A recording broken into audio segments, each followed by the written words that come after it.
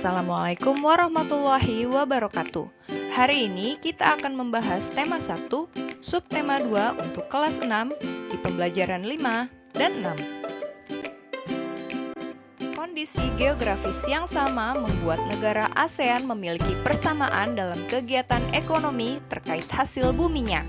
Ayo kita pelajari lebih lanjut. Kamu sudah belajar tentang negara-negara ASEAN terkait kegiatan ekonominya. Bacalah informasi berikut dengan seksama. Kegiatan ekonomi negara-negara ASEAN.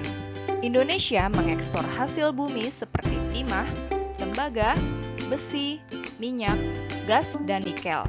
Selain itu, Indonesia menghasilkan pupuk, tapioka, karet, kopi, kelapa sawit, dan tembakau. Ikan tuna, udang, dan teh juga diekspor ke negara lain. Brunei Darussalam terkenal sebagai pengekspor minyak mentah, gas alam, dan produk minyak. Penduduk Malaysia bermata pencaharian dalam bidang pertanian, pertambangan, dan perindustrian. Pertambangannya menghasilkan biji timah terbesar di dunia. Singapura mengekspor mesin dan alat transportasi, alat elektronik, dan barang-barang konsumsi. Bahan kimia dan produk olahan minyak dihasilkan juga di Singapura. Singapura termasuk negara Asia Tenggara yang berpendapatan paling tinggi. Mata pencaharian penduduk Thailand adalah pertanian, kehutanan, pertambangan, dan industri. Penghasil beras terbesar di Asia dan 3 sedunia atau dijuluki Gajah Putih Negara Seribu Pagoda, Lumbung Padi ASEAN. Mata pencaharian penduduk Filipina adalah pertanian, pertambangan, dan industri. Komoditas ekspor Filipina terdiri atas gula, kopra, kayu, nanas, dan biji tembaga. Perekonomian sebagian besar penduduk Vietnam adalah pertanian. Padi merupakan hasil utama pertanian di Vietnam.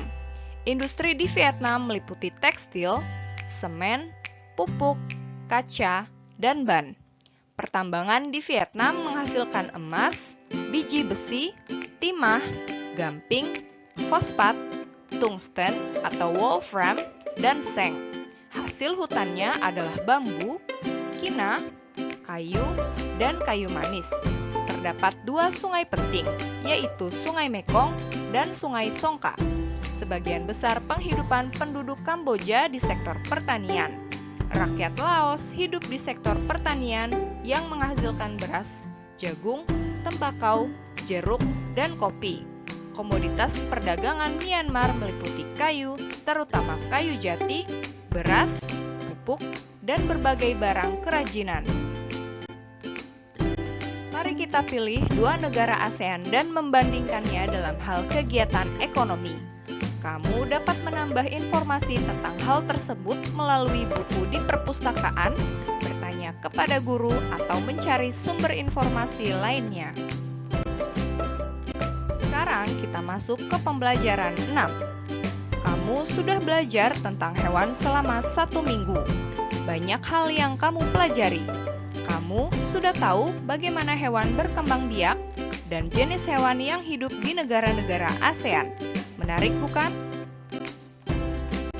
Kita masuk ke rubrik Ayo Membaca. Tahukah kamu kelelawar? Hewan ini memiliki fakta yang menarik. Kelelawar memiliki indera pendengaran yang sangat baik, lebih baik daripada manusia. Berikut ini fakta tentang kelelawar. 1. Kelelawar merupakan hewan mamalia. 2. Tubuh kelelawar sangat bersih. 3.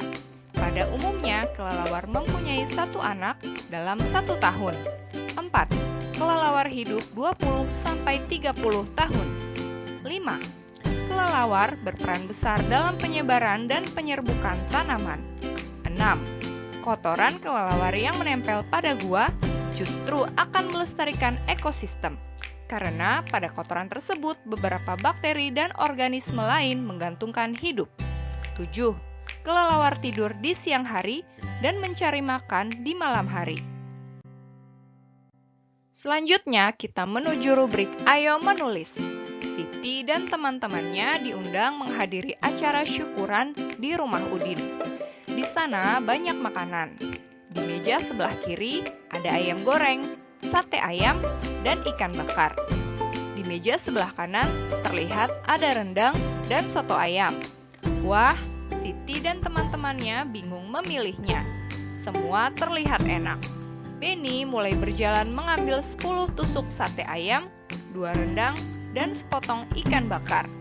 Siti mengambil 3 tusuk sate saja.